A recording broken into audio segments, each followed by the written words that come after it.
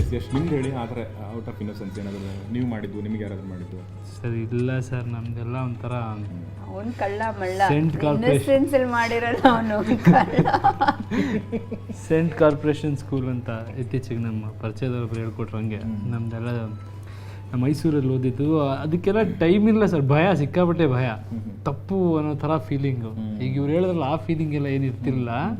ನಾವು ನೋಡಿ ಯಾರಾದ್ರೂ ಲವ್ ಮಾಡ್ತಿದ್ದಾರೆ ಅಂದರೆ ಅವ್ರದ್ದು ಭಯಂಕರ ಸುದ್ದಿ ಇರ್ತಿತ್ತು ಏರಿಯಲ್ಲೆಲ್ಲ, ತುಂಬ ನ್ಯೂಸು ಆ ಥರದ್ದೆಲ್ಲ.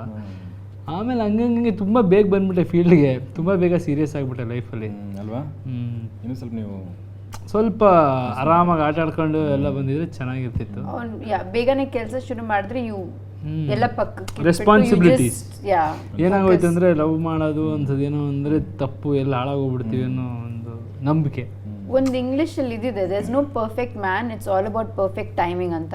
ನೀವು ಇದೇ ಸೇಮ್ ಪರ್ಸನ್ ಒಂದು 10 ವರ್ಷ ಹಿಂದೆ ಮೀಟ್ ಮಾಡಿದಿದ್ರೆ nothing would have worked out. But ಇವಾಗ you are ready, you are prepared, you are open for love. ಅವಾಗ ಯಾರೇ ಬಂದ್ರೂ you are open for it, I think. Okay, let's start the show. Ready? Okay, ನಾವು ನಿಮಗೇನೋ ಕೇಳಿದೆ, ನೀವೇನೋ flash ಬ್ಯಾಕಿಗೆ ಹೋದ್ರೆ actually present ಕತೆ ಹೇಳಿ ನನಗೆ. ಅದ್ರ ಬಗ್ಗೆ ನಾನು ಪಬ್ಲಿಕ್ ಆಗಿ ಹಂಚ್ಕೊಳಕ್ಕೆ ನಾನು ಇಷ್ಟಪಡೋದಿಲ್ಲ. ನೀವು ಪಬ್ಲಿಕ್ ಅಂದರೆ ಪ್ರೈವೇಟ್ ಮೂಮೆಂಟ್ಗಳು ಬೇಡ, ನಾನು ಸ್ವಲ್ಪ ಸೆಮಿ ಪಬ್ಲಿಕ್ ಇರ್ತಲ್ಲ, ಸೆಮಿ ಪ್ರೈವೇಟ್. ಆ್ಯಕ್ಚುಲಿ ನನಗೊಬ್ಬ ಫ್ರೆಂಡ್ ಇದ್ದಾನೆ, ಸುಹಾಸ್ ಗೋಪಿನಾಥ್ ಅಂತ. ಅವನು ಇಂಟ್ರೊಡ್ಯೂಸ್ ಮಾಡ್ದ ರಫೇಲ್ನ.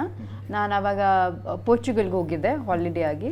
ಸೊ ಡಿಸೆಂಬರ್ 31 ಅವ್ರ ಮನೆಯಲ್ಲಿ ಒಂದು ಗೆಟ್ ಟುಗೆದರ್ ಇಟ್ಕೊಂಡಿದ್ರು ಅವ್ರ ಫ್ಯಾಮಿಲಿ ಮೆಂಬರ್ಸ್ಗೆ. ಆವಾಗ ನನ್ನನ್ನು ಇನ್ವೈಟ್ ಮಾಡಿದರು. So I met Rafale for the first time. And ನಾನು ಅವ್ರನ್ನ ಮೀಟ್ ಮಾಡಿದಾಗ it was Venetian theme party. ಎಲ್ಲರೂ ಮಾಸ್ಕ್ ಹಾಕ್ಕೊಂಡಿದ್ವಿ ನಾವು. ಸೊ ನಾನು ಅವ್ರನ್ನ ಫಸ್ಟ್ ಮೀಟ್ ಮಾಡಿದಾಗ ಬರೀ ಕಣ್ಣು ಮಾತ್ರ ನೋಡಿದ್ದೆ. ಯಾ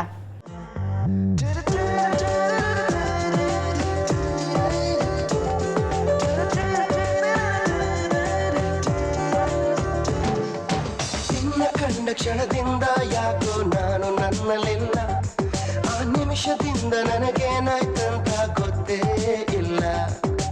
ಎಂದು ಕಾಣದ ಹರ್ಷ ಇಂದು ನಾನು ಕಂಡೆನಲ್ಲ, ಇದು ಪ್ರೀತಿ ಅಂತ ತಿಳಿದ ಮೇಲೆ ನೀನೇ ಎಲ್ಲ, ನೀನೇ ನನಗೆಲ್ಲ, ನಿನ್ನ ಬಿಟ್ಟು ಬೇರೆ ಏನು ಬೇಕಾಗಿಲ್ಲ.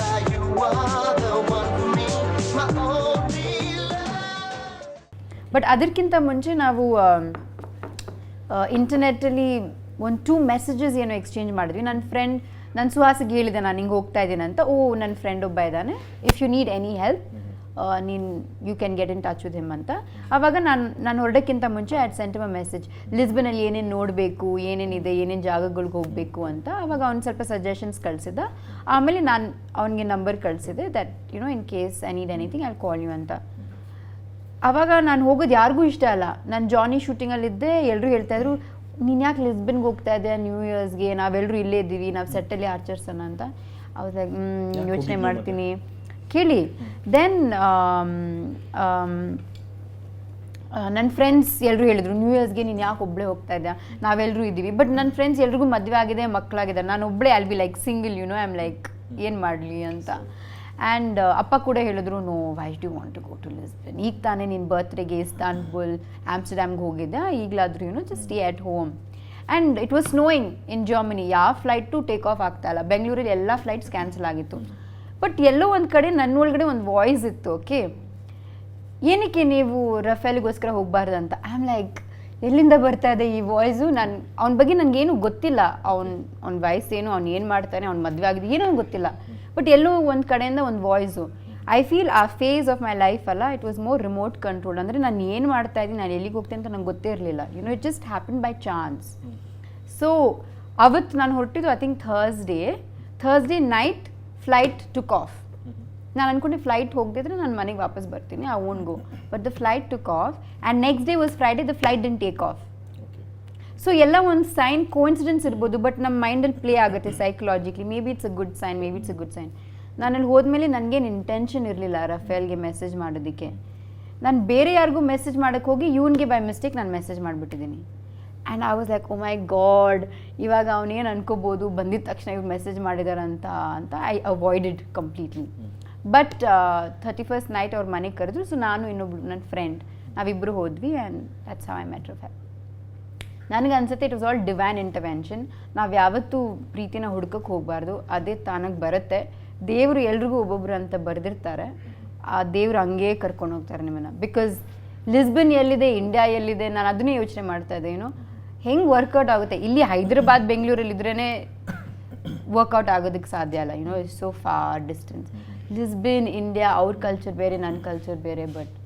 ಬಟ್ ಅವ್ರ ಕಲ್ಚರ್ ನಮ್ಗಿಂತ ಇನ್ನೂ ಅವ್ರು ತುಂಬ ಕ್ಲೋಸ್ ನಿಟ್ ಫ್ಯಾಮಿಲಿ. ಎಲ್ಲೇ ಇದ್ದರೂ, ಎಲ್ಲೇ ಕೆಲಸ ಹೋದರೂ ರಾತ್ರಿ ಎಲ್ಲರೂ ಸೇರಿ ಊಟ ಮಾಡಬೇಕು, ಚರ್ಚ್ಗೆ ಹೋಗೋದು, ಎಲ್ಲರೂ ಸಪೋರ್ಟ್ ಮಾಡ್ತಾರೆ. ದೇರ್ ಮೋರ್ ಅಂದರೆ ನಮ್ಮಲ್ಲಿ ಆ್ಯಕ್ಚುಲಿ ಈ ದೇಶದಲ್ಲಿ I think more divorces are there, but ಯುರೋಪಲ್ಲಿ ಇಟ್ಸ್ ಮೋರ್ ಇನ್ನೂ ಕಡಿಮೆ. ಆ ಥರ ಇಲ್ವೇ ಇಲ್ಲ. ಈ ಥರ ನಿಮ್ಗೆ ಹೇಗೆ ಅನಿಸ್ತಾ ಇತ್ತು ಎಲ್ಲಿಂದ ವಾಯ್ಸ್ ಬಂದಾಗೆ? ರಫೇಲ್ಗೂ ಅನಿಸ್ತಾ ಇತ್ತಂತ ಅಂತೆ ಅವ್ರು ಹೇಳಿದ್ರು ನನಗೆ. ಏನು ಹೇಳಿದ್ರು? ಹೇಗೆ ಪ್ರಪೋಸ್ ಮಾಡಿದ್ರು ಅವರು? Please yeah Gauri, will keep it for next time. Geeta, I love you.